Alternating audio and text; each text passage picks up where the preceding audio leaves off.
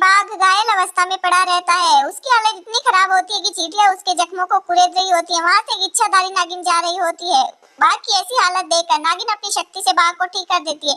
यह बात धीरे धीरे पूरे जंगल में फैल जाती है और सभी नागिन की इज्जत करने लगते हैं। अब जिस भी जानवर को परेशानी होती वह नागिन के पास आता और ठीक होकर चला जाता था। एक दिन उसी जंगल में एक शेर आता है और वह सभी जानवरों को मारने लगता है। तभी बाघ नागिन की गुफा पर जाता है और कहता है कि नागिन बहन, अब तुम ही हमें बचा सकती हो। तभी नागिन और शेर के बीच बहुत देर तक लड़ाई होती है, लेकिन नागिन शेर की शक्तियों के सामने टिक नहीं पाती है। वह भगवान से प्रार्थना करती है। तभी ऊपर से एक त्रिशूल आता है और शेर को लगता है और शेर वहीं मर जाता है। तभी बाघ नागिन के पास आकर उसका धन्यवाद करता है। नागिन एक बच्चे को जन्म देती है, लेकिन वह बच्चा कुछ नहीं खाता है। इसके बाद नागिन की नजर गाय के बच्चे पर पड़ती है। वह गाय के बच्चे के पास जाती है और गाय के बच्चे के अंदर थोड़ा सा जहर डालकर उसे बेहोश कर देती है। इसके बाद वह गाय के पास जाती है और देखती है कि गाय अपने बच्चे का बेसब्री से इंतजार कर रही होती है।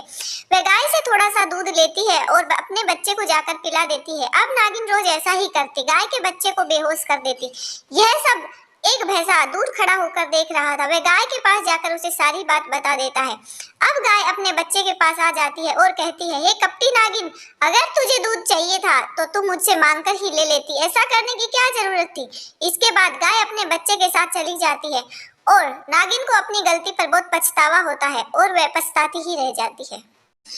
एक बार झाड़ियों में बाघ का बच्चा खेल रहा होता है। खेलते खेलते बाघ के बच्चे का पैर नागिन के ऊपर पड़ जाता है। नागिन बहुत जहरीली होती है और वह बच्चे को डस लेती है, जिससे बच्चा बेहोश हो जाता है। यह सुनकर बाघ वहां दौड़ता हुआ आता है और देखता है कि बच्चा बेहोश पड़ा है। यह देखकर वह नागिन को ढूंढने लगता है। कुछ ही दूरी पर देखता है कि नागिन जख्मी हालत में पड़ी रहती है। वह कहता है कि नागिन बहन, मेरे बच्चे को माफ कर दो और उसे ठीक कर दो। मैं जिंदगी भर तुम्हारी सेवा करूंगा और एहसानमंद रहूंगा। यह सुनकर नागिन बच्चे का जहर चूस लेती है और बच्चा ठीक हो जाता है।